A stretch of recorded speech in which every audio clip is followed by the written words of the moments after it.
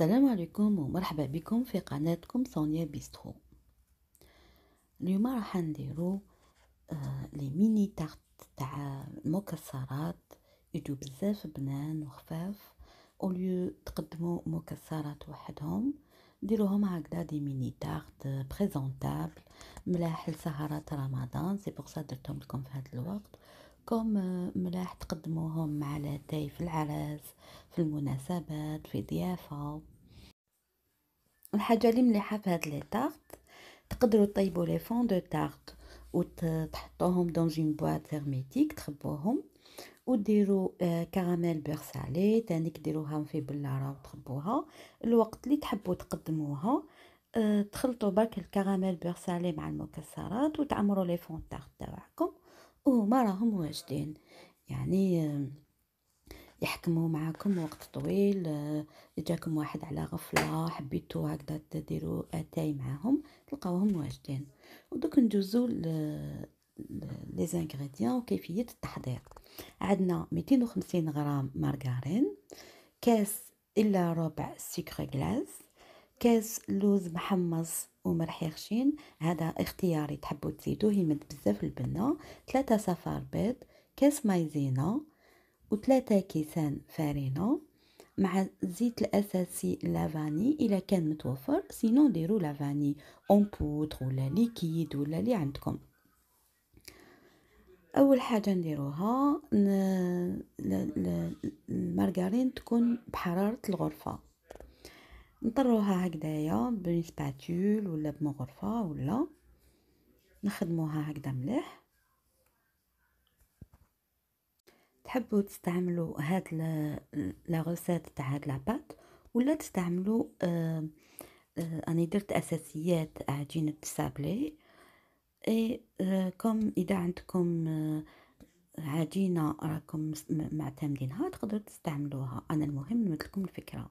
دونك بعد ما طريت الزبده زدت لها لو سكر غلاس وخدمتها هكذا تانيك مليح حتى يدخل سكر غلاس مليح في الزبده، ومن بعد نضيف صفار البيض.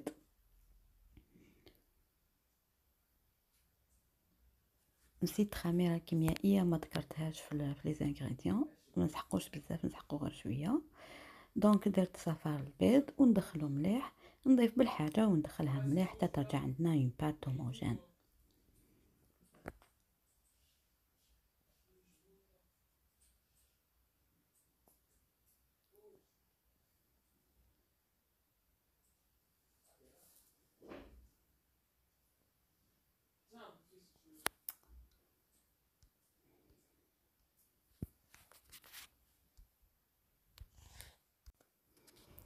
بعد ما تخرجوا نضيف مليح في لا كريم، نزيدو الزيت الاساسي لافاني،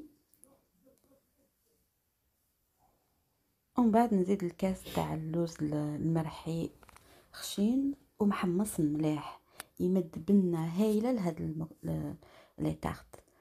وتقدروا ما ديروهش كومبليتمون، تقدروا تستغناو عليه، مي اللي يقدر يدير كاس ولا نص كاس يمد بنه يزيد لها في البنه.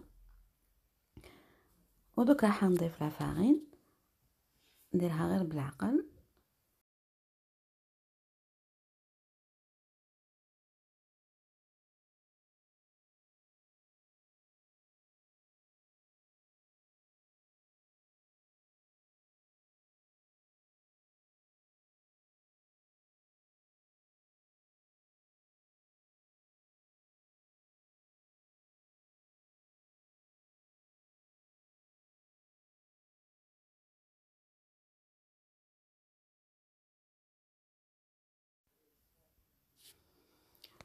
وفي اخر كاس تاع لا فارين راح نضيف نص باكيت تاع خميره كيميائيه هكذا وندخلها مليح في لاباط. ما نعجنوهاش نخلطوها برك.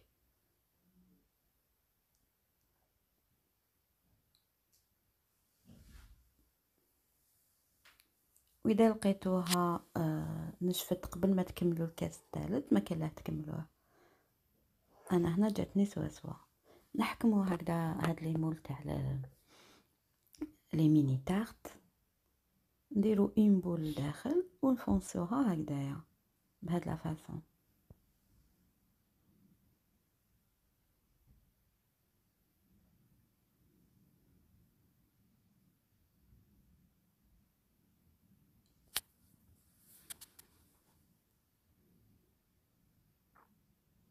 انا كنت خدمتهم ديجا، خليت غير باش وريت لكم حبيبات، وريت لكم لا فاصون. هاد لا فاصون راهي معروفه.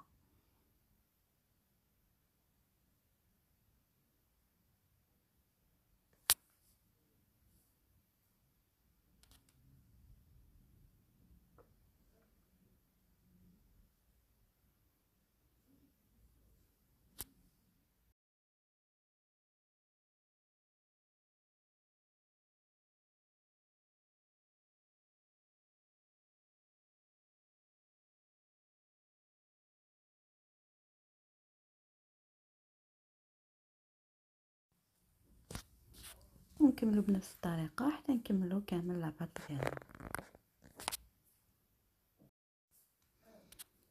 هكذا وندخلوهم في الفوغ مسخن مسبقا على 160 درجة. مدة الطهي تتراوح بين 20 حتى 30 دقيقة. إذا حبيتوهم يجوا حمورة مليح خلوهم 30 دقيقة ويجوا خير.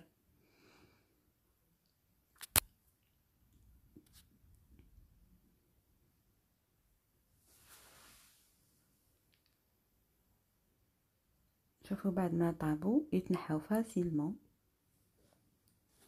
هكذا. انا كنت وجدت كراميل بيغ سالي، كنت درتها ديجا في القناه، نخليها لكم في صندوق الوصف. وحمصت واش عندي مكسرات، نوازيت، لوز، نواه كاجو، بيستاج، كامل واش حبيتو ديروا مكسرات تحمصوهم. ومن بعد نخلطوا لهم كراميل بيغ سالي ونعمروا لي تارت ديالنا.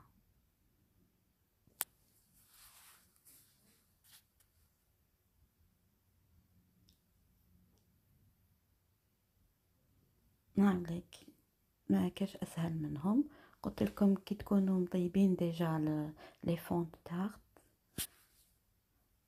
وموجدين كراميل بيغ سالي، الوقت اللي تنفح لكم تعمروهم وتقدموهم.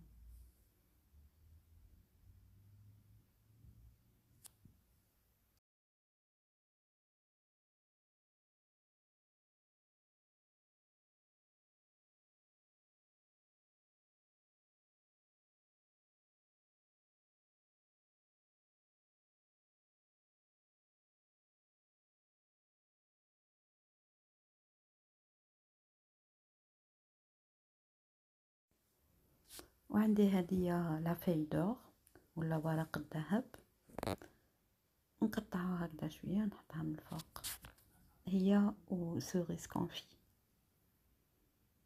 يعني هذا اختياري، اللي حب يزيدو بوغ لا ديكو.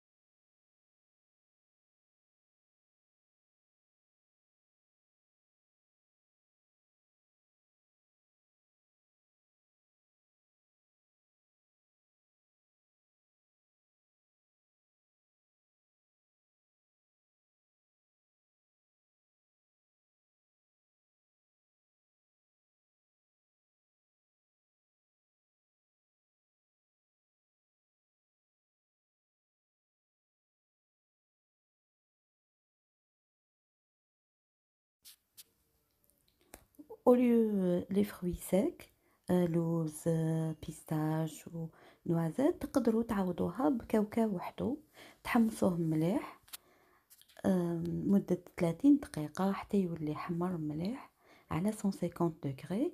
تنحولوا القشرة وتعمروا به، تخلطوه مع الكراميل وتعمروا به.